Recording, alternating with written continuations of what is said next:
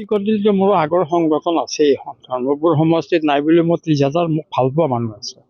কংগ্ৰেছ বুলি নহয়, মই ব্যক্তিগতভাৱে ভাল পোৱা মানুহ কমেও 30,000 মানুহ আছে।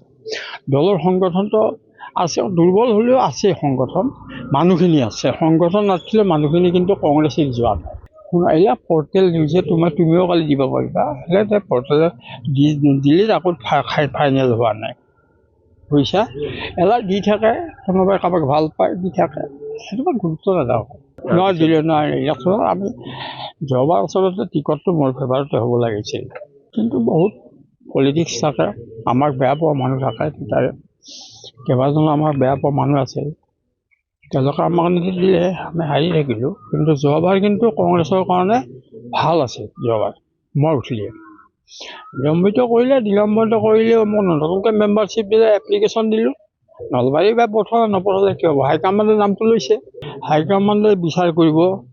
ইয়াত আগৰ ছিষ্টেমটো নাই, স্কেনিং কমিটি আহিছে, গ্ৰাউণ্ড ৰিপৰ্ট লৈছে, বিভিন্ন মানুহৰ ৰিপৰ্ট লৈছে, সংগঠনৰ মানুহবিলাকৰ ৰিপৰ্ট লৈছে। তেওঁলোকে যদি ভাবে যে ইয়াত চন্দ্ৰমোহন পাটোৱাৰী ঘৰুৱাব লাগে, বিজেপি ঘৰুৱাব লাগে, তেতিয়াহ'লে যোগ্যজনক কেণ্ডিডেট কৰি দিব আৰু যোনে ঘৰুৱাব। মই সক্ৰিয় নাছিলোঁ, কাৰণ মোক টিকট দিয়া নাই, মই সক্ৰিয় নাছিলোঁ। কাৰণ মই যদি সক্ৰিয় হ'ব যাওঁ, কোনোবাই এণ্ট্ৰি কৰিব আহিছে। কথা বহুত কথা থাকেতো, মানুহে কোৱা মানুহৰ মুখটো কাকো বাধা দিব নোৱাৰে। এতিয়াও যদি মই নাপাওঁ, মই সমৰ্থন মোৰ থাকিব, নৈতিক সমৰ্থন। মই আহিলে কোনোবাই কিবা ক'ব পাৰোঁতো, মোক দলেতো কোৱা নাই তুমি লাগি দিয়া, মোকতো কোৱা নাই। এইবিলাক বহুত ৰাজনীতি আছে, আজি ক'লে এইবিলাক ক'লে আৰু উল্টা-পাল্টা হৈ যাব, এইবিলাক নকওঁ। টিকট পোৱা নোপোৱাটো ইলেকশ্যনত জয় পৰাজয়টো এটা সুকীয়া কথা। আজি যে উইদাউট ছিকিউৰিটি আহিছোঁ মই, সেই আহিব পৰা সাহসটো মোৰ আছে নে নাই?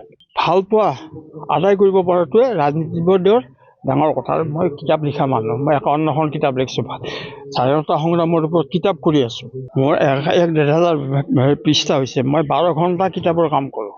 গল্প উপন্যাসটো সস্তীয়া নহয়। আমাৰ তথ্যভিত্তিক অসমৰ আটাইতকৈ ৰিচাৰ্চ ৱাৰ্ক কৰা মানুহজন মই আজিৰ তাৰিখত। মই সিমান বহল স্বীকৃতি নাথাকিব পাৰে, আৰু চিলেক্টেড মানুহবিলাকে পঢ়া শুনা কৰে। উপন্যাস হ'লে, সস্তীয়া উপন্যাস হ'লে লগে লগে শেষ হ'ব। কিন্তু আমি যিবিলাক কাম কৰি আছোঁ অসমৰ কাৰণে, চব অসমৰ যাতে অসম আন্দোলনৰ ওপৰত কোনে কিতাপ পঢ়িছে, পৰিৱৰ্তনটো বিচাৰিছে। আৰু ইতিহাসত নাই যে বেনিফিচিয়াৰীৰ দ্বাৰা ক্ষমতা দখল কৰিব পৰাটো। আমি দেখোন 96ত হিতেশ্বৰ শইকীয়া 300 টকা কাৰ্ডত 6 টকা দিছিল পঞ্চায়তৰ ভিতৰত, সেইখিনি মানুহে এণ্ট্ৰি কৰি দিলে।